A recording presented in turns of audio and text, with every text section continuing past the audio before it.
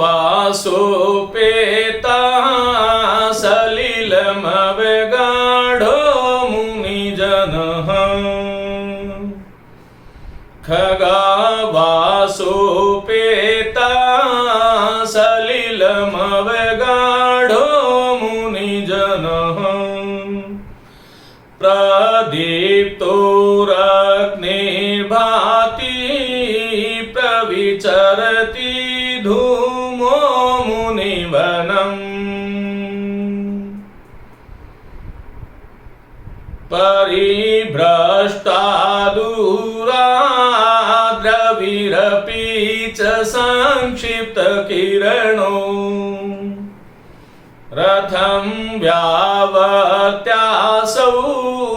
प्रविशति शनैरस्तशिखरम्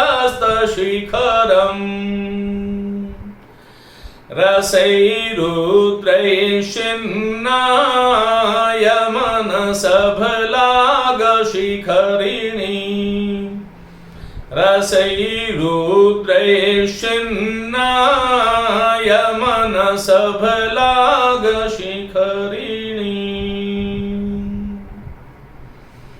नमस्ते मित्रों, विद्यार्थियों, आज हम बात कर रहे हैं महर्षि दयानंद सरस्वती विश्वविद्यालय के प्रथम वर्ष के छात्रों के, जो संस्कृत के छात्र हैं, जो स्वैच्छिक विषय के रूप में संस्कृत विषय को लेते हैं, और उन विद्यार्थियों के लिए एक नाटक है जो संस्कृत साहित्य में अपना एक बहुत ही महत्वपूर्ण स्थान रखता है, और वो है स्वप्नवास वदतम।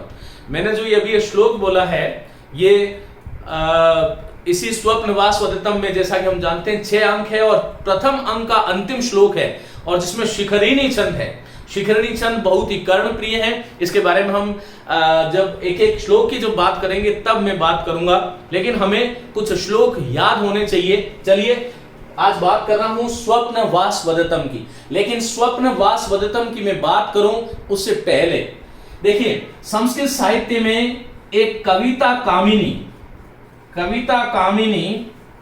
के हास के रूप में प्रसिद्ध है महाकवि भास। कविता कामिनी के हास की उपाधि है उनकी, कविता कामिनी के हास है और नाम है महाकवि भास। तो महाकवि भास के द्वारा लिखा गया है स्वप्नवास वदतम। मित्रों, हम स्वप्नवास वदतम के बारे में अगले व्याख्यान से मैं आपको स्वप्नवास वदतम शुरू करूंगा, लेकिन उससे पहले हम जानते हैं कि महाकवि भास का परिचय क्या है। हम ये भी जानेंगे आज कि महाकवि भास की कौन कौन सी रचनाएं हैं, कितने नाटक हैं उनके। तो चलिए मित्रों, देखिए, संस्कृत में एक परंपरा सीख रही है कि जितने भी बड़े जो कवि हुए, उन्होंने किसी ने अपने विषय में बहुत अधिक नहीं लिखा, मानी उनके विषय में प्रामाणिक जानकारी हमारे पास नहीं है। और महाकवि भास के विषय में भी यही बात हमारे सम्मुख आती है। संस्कृत के बहुत से जो अनुसंधानकर्ता और बहुत सारे जो वैयाकरण, साहित्यकार, इतिहासकार जिन्होंने संस्कृत में काम किया, उन्होंने कुछ प्रमाणों के आधार पर महाकवि भास का जो समय है वो ईसा पूर्व 300 से 400 ईस्वी के मध्य निर्धारित किया है। और यदि इस दृष्टि से हम बात करें तो मित्रों, महाकवि भास संस्कृत के संभवतः सबसे प्राचीनतम नाटककार है। सबसे प्राचीनतम क्यों कह रहा हूं मैं? क्योंकि कालिदास ले लीजिएगा, दंडी ले लीजिएगा, सुबंधु हैं, बाणभट्ट है, राजशेखर है, जितने भी जो बड़े कवि जो हैं संस्कृत में, जिनको आज हम जानते हैं, उन सभी कवियों ने महाकवि भास का अपनी रचनाओं में उल्लेख किया है। यदि मैं कालिदास की भी बात करूं तो कालिदास का जो नाटक मालविकाग्नि मित्र है, उस मालविकाग्नि मित्र में महाकवि भास का उल्लेख है। इसका मतलब ये हुआ कि न केवल भास अपितु दंडी है, सुबंधु है, बाणभट्ट है, राजशेखर है, आनंदवर्धन आचार्य, जो आचार्य जितने भी वे उन्होंने, और इसके अलावा वाक्पतिराज इत्यादि जो उन्होंने गरुड़ बहुल इत्यादि लिखा, उन सभी ने महाकवि भास को किसी न किसी रूप में स्मरण किया है। हम यह कह सकते हैं कि एक तो महर्षि वाल्मीकि, जो रामायण के रचयिता हैं, और महर्षि वाल्मीकि और महर्षि वेदव्यास, मानी कि रामायण और महाभारत के बाद में यदि कोई बड़ा संस्कृत में नाम है प्राचीनतम कवियों के रूप में, ऋषि के रूप में, महाकवियों के रूप में, तो वो आज का हमारा विषय जिसके बारे में हम भास की बात कर रहे हैं वही है। महाकवि भास वाल्मीकि और वेदव्यास के बाद में एक तरह से संस्कृत में प्रतिष्ठित है। मित्रों, एक बात और भी ध्यान रखना है कि कुछ प्रमाणों के आधार पर और कुछ साक्ष्यों के आधार पर महाकवि भास महर्षि पाणिनि से भी प्राचीन सिद्ध होते हैं। और इसका कारण यह है कि पाणिनि द्वारा लिखित जो अष्टाध्यायी में जिन प्रयोगों को असाधु, अव्याकरणीय, अपाणिनीय माना गया है, उनका प्रयोग भी महाकवि भास ने अपनी रचनाओं में किया। और इसलिए महाकवि भास जो है महर्षि पाणिनि से भी पुरातन सिद्ध होते हैं। महर्षि पाणिनि का जो समय है वो 350 ईस्वी पूर्व के आसपास का निर्धारित किया जाता है। यद्यपि पाणिनि के समय को लेकर के कालिदास, महाकवि कालिदास के समय को लेकर के और संस्कृत के कुछ और मूर्धन्य शीर्षस्थ कवियों के जन्म काल को लेकर के ये बहुत संदेह, चाहे आप भारवी ले लो, चाहे दंडी ले लो, इस प्रकार बहुत सारे कवि जो बड़े कवि हुए, लेकिन उन्होंने आत्म जो कथानक है उसके विषय में वह मौन थे। और यही कारण है कि हम साक्ष्यों से उनके समय को निर्धारण करते हैं। मित्रों, महर्षि पाणिनि का समय जब 350 ईस्वी पूर्व के आसपास मान रहे हैं, हम उससे भी पुरातन कह रहे हैं, तो इसका मतलब 350 ईस्वी पूर्व जो है उससे भी प्राचीन है महाकवि भास। महाकवि भास के नाटकों में 3 ऐतिहासिक पात्र हैं। वत्स देश का राजा उदयन, जिनकी राजधानी कौशाम्बी थी, और मगध राज दर्शक और राजगृह इनकी राजधानी थी, और उज्जैनी के राजा जो प्रद्योत है। ये 3 ऐतिहासिक पात्र हैं और तीनों का ही वर्णन हमें प्रतिजा योगांतरायण और स्वप्न वासवदत्तम में ये 3 ऐतिहासिक पात्र हैं जिनका वर्णन, जिनका निरूपण हम इन दोनों जो है इनके नाटकों में देखते हैं। उदयन, दर्शक और प्रद्योत, इनका समय जो है इस पूर्व 6ठी शताब्दी ठहरता है। ऐतिहासिक साक्ष्यों के अनुसार इनका जो समय है वह 6ठी ईस्वी पूर्व ठहरता है। इसका मतलब ये तो सुनिश्चित हो गया कि महाकवि भास जो है वो 6ठी शताब्दी के पूर्व के तो नहीं है। तो ये इनके समय को लेकर के, इसलिए एक सार्वभौम मत के अनुसार महाकवि भास का जो समय है वह ईसा पूर्व 300 से लेकर 400 ईस्वी के आसपास इनका समय है। ये हुई इनके समय की बात। और कुछ कवि जो थे उनके आधार पर हमने ये निष्कर्ष निकाला कि इनका समय ये है। मित्रों, इनकी उपाधि थी धावक। न केवल महाविद्यालयी परीक्षाओं के लिए अपितु यह जो कक्षा है ये प्रतियोगी परीक्षार्थियों के लिए भी बहुत उपयोगी है। तो इनकी उपाधि थी धावक। और महाकवि भास ने जो अपने ग्रंथों में, और इनके नाटक ही है, ग्रंथ का मतलब साहित्य की जो विधा है उसमें दृश्य, श्रव्य, काव्य भेद से हम 3 भेद करते हैं, दृश्य, श्रव्य और चंपू। तो ये नाटक जो है वो दृश्य भी होता है और श्रव्य भी होता है, क्योंकि नाटक का अभिनीत भी किया जा सकता है नाटक को, और उसको सुना भी जा सकता है। तो श्रव्य भी है और आंखों से देख भी सकते हैं, इसलिए कहते हैं काव्येषु नाटकम रम्यम। और वो फिर आगे हम जानते हैं तत्र रम्या शकुंतला, वो विषय परिवर्तित हो जाएगा। इसलिए ध्यान रखो, नाटक जो विधा है साहित्य की, ये दृश्य भी है और ये श्रव्य भी है। और मित्रों, 13 नाटक जो लिखे, उन नाटकों में जो महाकवि भास ने जिस रीति का प्रयोग किया लेखन में, वह रीति जो थी वो वैदर्भी रीति है। वह वैदर्भी रीति है, ये ध्यान रखिएगा। तो रीति की दृष्टि से यदि देखूं तो वैदर्भी रीति का उन्होंने प्रयोग किया। गोड़ी, पांचाली और वैदर्भी, ये 3 रीतियां हैं। इन तीनों रीतियों में वैदर्भी रीति का इन्होंने प्रयोग किया।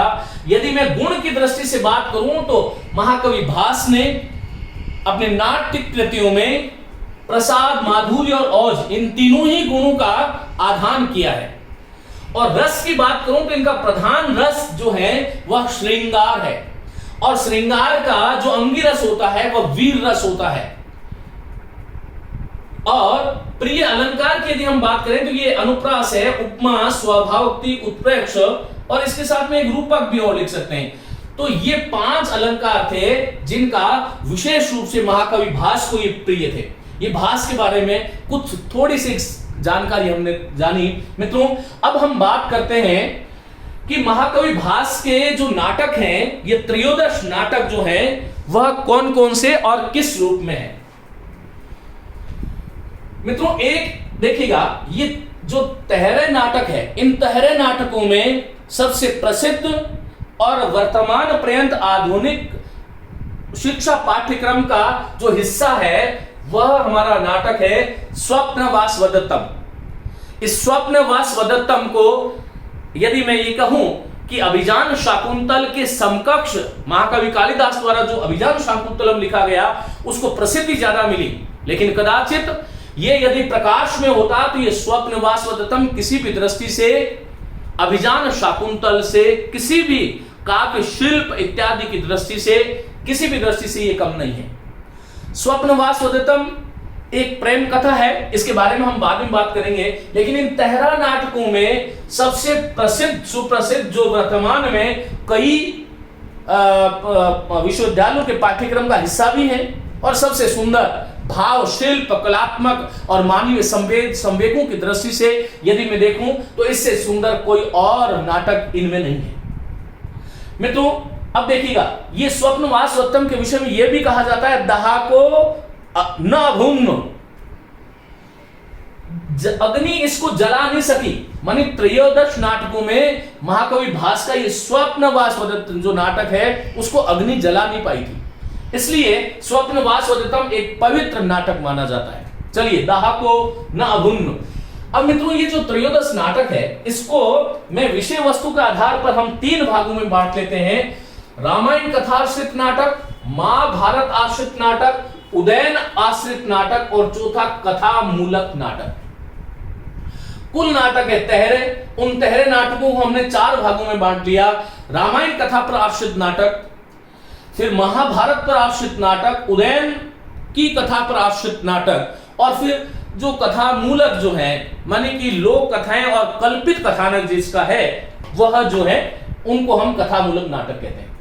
मित्रों, रामायण कथा, महर्षि वाल्मीकि की जो रामायण है उसकी कथा वस्तु पर आश्रित इनके 2 नाटक हैं। एक तो अभिषेक नाटक है और दूसरा प्रतिमा नाटक है। अभिषेक नाटक जो है उसमें किष्किंधा कांड से लेकर के, याद रखिएगा, किष्किंधा कांड से लेकर के राम के राजाभिषेक तक का वर्णन है। जैसा रामायण में है वैसा उसमें थोड़ा बहुत कवि अपनी कल्पना से फेरबदल करके और उसको उसी रूप में प्रस्तुत किया, तो वह अभिषेक नाटक है। और अभिषेक नाम से देखो, राजा अभिषेक मानी किष्किंधा कांड जहां से शुरू होता है रामायण का, वहां से लेकर के राम का जो राजाभिषेक है वहां तक का वर्णन इसमें किया गया। इसमें 6 अंक है। ये जो संख्या मैंने आगे लिखी है ये अंक है। तो अभिषेक नाटक में आपसे पूछे क्या है कि राम कथा पर आश्रित है, माने रामायण पर आश्रित है, 6 अंक है, और कहां से कहां तक है तो किष्किंधा कांड से लेकर के और राम का जो राजाभिषेक होता है वहां तक इसमें वर्णन है। फिर कहते हैं प्रतिमा। देखो, यहां पर प्रतिमा का अर्थ होता है मूर्ति। मित्रों, ये प्रतिमा नाटक जो है उसमें 7 अंक है, और इसमें राम के वनगमन से लेकर के, माने राम के वनगमन से लेकर के और सीता हरण, रावण वध तक का वर्णन है। और भरत जब अपने ननिहाल से लौट करके वापस आते हैं तो उस कथानक को हम सभी जानते हैं कि भरत जब वापस अयोध्या में आते हैं तो दशरथ अपने प्राण त्याग चुके होते हैं, और दशरथ की एक मूर्ति बना करके मंदिर में जो उनका जो परिवार था उन्होंने मंदिर में पिता में मानी उनके पिता में, प्रपिता में इत्यादि के साथ में स्थापित कर दी। जब भरत वापस आता है, भरत जब अयोध्या में लौटते हैं तो वो देखते हैं ये तो मूर्ति जो है मेरे पिता की है, और उस मूर्ति को देख करके उसको ये सूचना मिल जाती है किसी की बिना कही कि ये जो है अवश्य ही मेरे पिता की मृत्यु हो गई, और इसलिए इसका नाम क्या है, प्रतिमा नाटकम है। ये हमें ध्यान रखना है। तो मित्रों, प्रतिमा नाटकम जो है इसमें 7 है, 7 अंक है।